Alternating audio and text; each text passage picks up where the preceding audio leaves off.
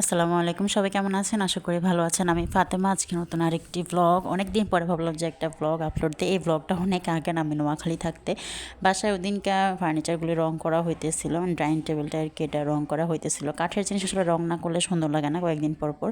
তো আমি আমার যা মিলে আমরা দুজন বাইরে ঘোরাঘুরির জন্য যাচ্ছিলাম। আসলে ঘোরাঘুরি না, ব্যাংকে একটু কাজ ছিল, তার জন্যই আর কি যাওয়া। আর দেশে থাকতে আমি কখনোই ভাবিকে ছাড়া কোথাও যাই নাই, কারণ ওখানে যেহেতু আমি এত বেশি চিনিও না, তার জন্য সবসময় ভাবিকে নিয়ে বের হতাম। আর এসে রান্নাবান্না করতেছি আজকে, যেহেতু ওনারা ফার্নিচারগুলো রং করতেছে, ওনাদেরকে খাওয়াবো, তার জন্য এখানে আমি করলা দিয়ে আলু দিয়ে ভাজি করতেছি, ডাল রান্না করব আর গরুর গোস্ত রান্না করব। আমার শাশুড়ি গরুর মাংস রান্না করার সময় আমাকে অনেক হেল্প করছে, আর আজকে রান্নাবান্না তো মোটামুটি উনি অনেক হেল্প করছে। তো যাই হোক, এখানে আমি তো করলা ভাজিটা করে নিতেছিলাম। আগে কখনো করছি কিনা আসলে মনে নাই। হ্যাঁ, আগে একবার করছিলাম, একদিনকার করছিলাম নোয়াখালী থাকতে, তো আজকে আবার করতেছি। আর এখানে তো ডালের জন্য এখন বাগারটা দিয়ে দিব। এখানে আমি 1 মাস থেকে আসলে নিজে টুকটাক অনেক রান্নাই করছি, বা এখন রান্নার করতে পারি। রান্নার কথা শুনলে ভয় লাগে না। আগে যেরকম রান্নার কথা শুনলে ভয় লাগতো যে মজা হবে কিনা বা খেতে ভালো লাগবে কিনা।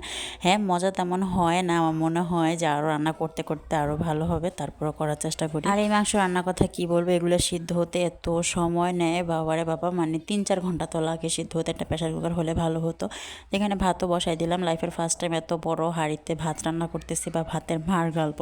তো জানাতায় এখানে খেলাধুলা করতেছি। আবার রঙের কাজও চলতেছিল, মানে বাসায় রঙের কাজ বার্নিশের কাজ একসাথে চলতেছিল। তো বাচ্চাদেরকে নিয়ে ঘরে আর কি আটকিয়ে রাখছি, তা যেহেতু অনেক ধুলাবালি হইতেছিল তার জন্য। তো এতে এখনও দেখেন মাংসটা সিদ্ধ হয় না। আমি গোসল করে নামাজ পড়ে আসছি, এখনও সিদ্ধ হয় নাই। তো যে আমি একটা ডিম করে, মানে একটা কম আছে একবারে বসায় রাখছি, তারপরে আর কি আস্তে আস্তে এটা সিদ্ধ হয়ে আসছে। আর এই তো চেয়ারগুলো রং করার পরে অনেক সুন্দর লাগতেছে, টেবিলটাও রং করা হয়ে গেছে। 3-4 ঘন্টার মতো লাগছে আর কি, ওনারা একদিনে কমপ্লিট করে দিয়ে গেছে। কাঠের ফার্নিচার আসলে এরকমই, কিছুদিন 1-2 বছর 2.5 বছর পর পর যদি রং না করা হয়, ওগুলো সৌন্দর্য আসলে নষ্ট হয়ে যায়, আর রং করলে সুন্দর লাগে। আর অন্যান্য ফার্নিচারের থেকে কাঠের ফার্নিচার কিন্তু দেখতেও সুন্দর লাগে। তো জানাতে মানে অনেক আইসক্রিম খাওয়ার বায়না করতেছিল, ওকে আবার একটা আইসক্রিম এনে দিচ্ছে, আর ওরা 2 বোন এখানে খাইতেছিল। তো যাই হোক,